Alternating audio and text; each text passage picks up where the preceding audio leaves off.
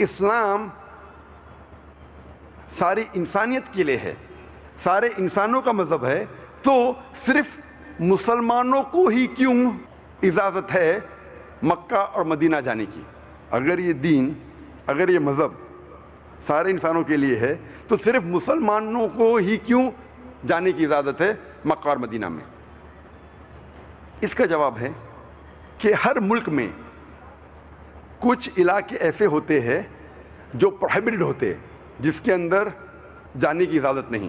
مثال کے طور پہ کچھ علاقے ہوتے جسے کہتے ہیں کینٹونمنٹ ایریا۔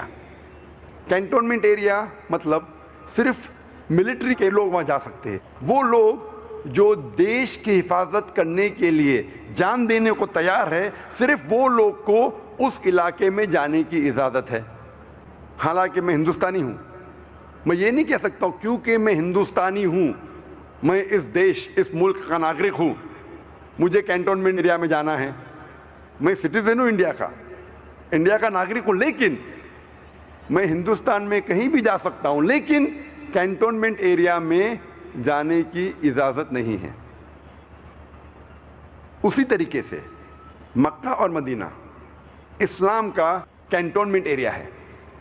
اس کینٹونمنٹ ایریا میں، مکہ اور مدینہ میں، صرف وہ انسان جا سکتے ہیں جو اسلام کی حفاظت کرنے کے لیے جان دینے کو تیار ہے۔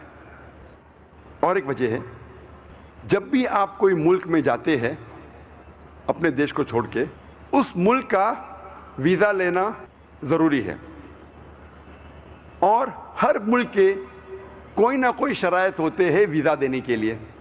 مثال کے طور پہ جب میں سنگاپور گیا تھا کئی سال پہلے، اور ابھی چند مہینے پہلے گیا تھا، سنگاپور کے امیگریشن فارم پہ لکھا تھا ڈیتھ ٹو ڈرگ ٹریفکرز۔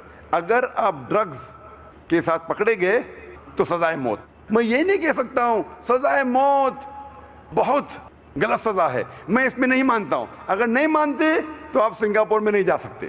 اگر سنگاپور میں جانا ہے، ایک شرط ان کی ہے باقی شرطوں میں کہ ڈیتھ ٹو ڈرگ ٹریفکرز۔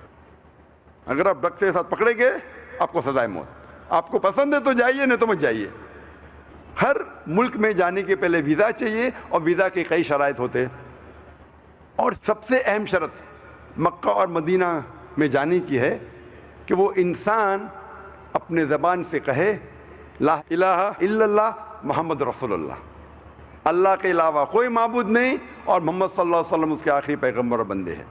اگر کوئی بھی انسان اس شرط کو مانتا ہے، یہ سب سے اہم شرط ہے مکہ اور مدینہ کا ویزا ملنے کے لیے۔